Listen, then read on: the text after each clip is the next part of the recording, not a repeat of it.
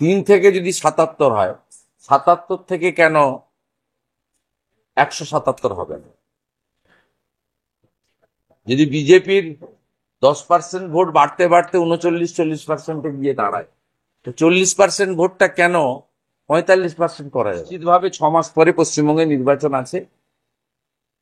উনি দেশের বড় নেতা এবং উনি মনে প্রাণে চান ডক্টর শ্যামাপ্রসাদ মুখার্জি যে বাঙালি এই দল প্রতিষ্ঠা করার পিছনে ছিলেন, মানে জনসংঘ থেকে ভারতীয় জনতা পার্টি, সেই ডক্টর শ্যামাপ্রসাদ মুখার্জির মাটিতে যতক্ষণ না পদ্ম ফুটছে, 20টা 21টা 25টা যত রাজ্য হোক না কেন, নৃত্য সম্পূর্ণ হয় না। স্বাভাবিকভাবে প্রত্যেকেই রাষ্ট্রীয় নেতারা প্রত্যেকেই ইন্টারেস্টেড মমতা ব্যানার্জিকে যেতে হবে, এইটুকু আমি আপনাকে বলে দিলাম। কোনো শক্তি নেই উনাকে এই নির্বাচনে রক্ষা করে। গণতন্ত্রে জনতা জনার্দন শেষ কথা। আপনি ব্যক্তিগতভাবে বুম ছাড়া, ক্যামেরা ছাড়া, সাংবাদিক পরিচয় ছাড়া আপনি রাস্তাঘাটে বাজারে ডেকে 10টা সাধারণ প্রান্তিক মানুষকে জিজ্ঞেস করুন, যারা লুক বদল করেছে তাদের নয়। পশ্চিমবাংলায় একটা প্যান্টকে 3 বার সেলাই করে পরে এরকম যুবকের সংখ্যা কিন্তু অনেক, ক্রোড়স। আপনি দেখে জিজ্ঞেস করুন যে রাজ্যে 2,15,00,000 বেকার, 9 বছর পরে এসএসসির পরীক্ষা হয়, তাও সুপ্রিম কোর্টের নির্দেশে। এই রাজ্যে মানুষ পরিবর্তন চায় এবং পরিবর্তনটা বিজেপির হাত ধরেই চায়, কারণ বিজেপি একমাত্র বিশ্বাসযোগ্য বিকল্প। তার কারণ বিজেপি পরিচালিত রাজ্যগুলিতে যেই ব্যক্তিদের দ্বারাই মন্ত্রিসভা নিয়ন্ত্রিত হোক না কেন, পুরো নজরদারিটা থাকে নরেন্দ্র মোদীজির। এবং নরেন্দ্র মোদীজির দেশপ্রেম, জনগণের প্রতি তার যে মমত্ব এবং একাত্মতা, এবং সর্বোপরি তার যে অনেস্টি এবং ট্রান্সপারেন্সি, এটা নিয়ে তার বিরোধীরাও কখনো তার বিরুদ্ধে কোনোদিন আঙুল তুলতে পারেননি, ভবিষ্যতেও পারেন। শুভেন্দুদা, যাদবপুরে তো খুনের মামলা দায়ের হলো, এবার যাদবপুর থানা তদন্ত করবে ছাত্রী খুন হয়েছিল কিনা, বাবা ও সব চাপা পড়ে যাবে। রানাঘাটের ছেলেটার কি হয়েছে আপনারা এই 3-4 দিন হইচই করেন, তারপরে তো সব ভুলে যাবে। রানাঘাটের ছেলেটা এখনো বিচার পায়নি কেন? একটা তফসিলি পরিবারের ছেলে, ওর বাবা সাধারণ একটা সমবায় সমিতির ম্যানেজার। সেটা নিয়ে কেন করেন না? অত্যন্ত দরিদ্র বাড়ির ছেলে, একটা সাধারণ নিম্নবিত্ত বাড়ির ছেলে পড়তে এসে তাকে র্যাগিং করে মেরে দিয়েছিল। আমি আপনাকে বলছি, বিজেপিকে আনতে হবে পশ্চিমবাংলায়, যদি যাদবপুরকে মূল স্রোতে ফেরাতে হয় এবং যাদবপুরের হিতগৌরব ফিরিয়ে আনতে হবে। প্রচন্ড আবর্জনা হয়েছে এবং সেই আবর্জনাটা বিষাক্ত আবর্জনাকে পরিষ্কার একমাত্র বিজেপি করতে পারে। উত্তরপ্রদেশ, আসামের মতো বিজেপি পারে এখানে পরিষ্কার করতে, যেখানে বন্দে মাতরম গাইতে দেয় না, জাতীয় সঙ্গীত গাইতে দেয় না, জাতীয় পতাকা তুলতে দেয় না, সেখানে খুবই প্রয়োজন। চন্দ্রনাথ সিনহার বিরুদ্ধে চার্জশিটেই তো লেখা আছে। কেন চার্জশিট? প্রথম কথা হচ্ছে চাকরি বেচেছেন, দ্বিতীয় কথা হচ্ছে কালেকশন করেছেন, তৃতীয় কথা হচ্ছে নিজের এবং স্ত্রীর নামে অবৈধ সম্পত্তি করেছেন। ওদের প্রত্যেকের তো আয়ের থেকে বেশি সম্পত্তি। আপনি দেখছেন না এর প্রত্যেকটা।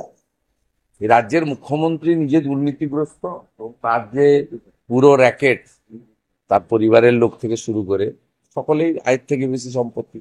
শেষ পর্যন্ত শাস্তি হবে, মানে বারবার এই ডাকি কোথায় টাকা রাখবে? চার্জশিটেড হয়েছে মানে তো কনভিকশন হবে, ওকে তো নির্দোষ প্রমাণ করতে হবে। চার্জশিটেড মানেই তো ফাইনালি এবারে ট্রায়ালে ওকে ফেস করতে হবে। ট্রায়ালে ফেস করলে কনভিকশন হবে। অনুব্রত মন্ডল 2 বছর জেল খেটেছে, আরো 4 বছর থাকতে হবে। ওই ধারাতে তো 6 বছরের জেল আছে। গতকাল মোদী আসলেন, এই রাজ্যে আসলেন, এবং যে সময়টা এখন অত্যন্ত গুরুত্বপূর্ণ, একদিকে নেপাল অত্যন্ত বাংলাদেশের পরিবর্তন হয়েছে, এবার কি তাহলে উত্তর পূর্বে কোন একটা বড় ঘটনা? না, এগুলো নিয়ে এক্সটার্নাল অ্যাফেয়ার্স নিয়ে বলার দায়িত্ব আমার নয়, আমাদের উচিত নয়।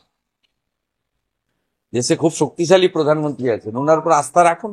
আর এই আমাদের দেশের সামরিক মিটিং বা এই এক্সটার্নাল সিকিউরিটি অ্যাফেয়ার্সের মিটিং এসব নিয়ে মন্তব্য করা বা আমাদের ঢোকা উচিত নয়। না, আপনি গতকাল অমিত শাহর সঙ্গে দেখা করলেন, এক্স হ্যান্ডেলেও পোস্ট করেছেন। আপনি তো কতগুলো পুজোর উদ্বোধন করবেন বা কিছু কি ঠিক আছে? সে পার্টি এবং আয়োজকরা করবে, প্রচুর নিমন্ত্রণ করে দিতে পারে, প্রচুর জায়গা থেকেই সবাই চাইছে, অমিত শাহজিকে চাইছে, নাড্ডাজিকে চাইছে, অনেকে প্রধানমন্ত্রীকেও চাইছে, এবং আমাদেরও তো অসংখ্য ডাক এসেছে। কিন্তু আপনার সঙ্গে প্রেস মিটিং পর অনেকক্ষণ কথা হয়েছে অনেকটাই, মানে রাজনৈতিক মেজাজে যেটুকু বলার সোশ্যাল মিডিয়ায় বলেছি, বাকিটা আপনাদের জন্য নয়। নিশ্চিতভাবে 6 মাস পরে পশ্চিমবঙ্গে নির্বাচন আছে।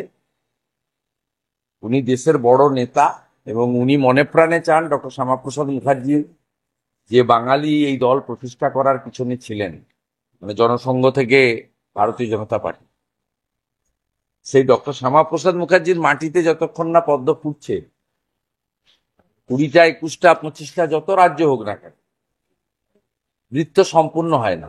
স্বাভাবিকভাবে প্রত্যেকেই, রাষ্ট্রীয় নেতারা প্রত্যেকেই ইন্টারেস্টেড যে 3 থেকে যদি 77 হয়, 77 থেকে কেন 177 হবে না। যদি বিজেপির 10% ভোট বাড়তে বাড়তে 39-40% গিয়ে দাঁড়ায়, তো 40% ভোটটা কেন 45% করা যাবে না? এটা তো স্বাভাবিকভাবেই সকলেই ইন্টারেস্টেড, এটা তো বাইরে বলার জন্য নয়।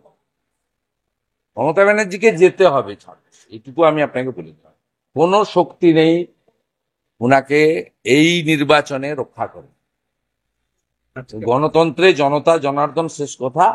আপনি ব্যক্তিগতভাবে বুম ছাড়া, ক্যামেরা ছাড়া, সাংবাদিক পরিচয় ছাড়া আপনি রাস্তাঘাটে বাজারে ডেকে 10টা সাধারণ প্রান্তিক মানুষকে জিজ্ঞেস করুন, যারা লুক বদল করেছে তাদের নয়।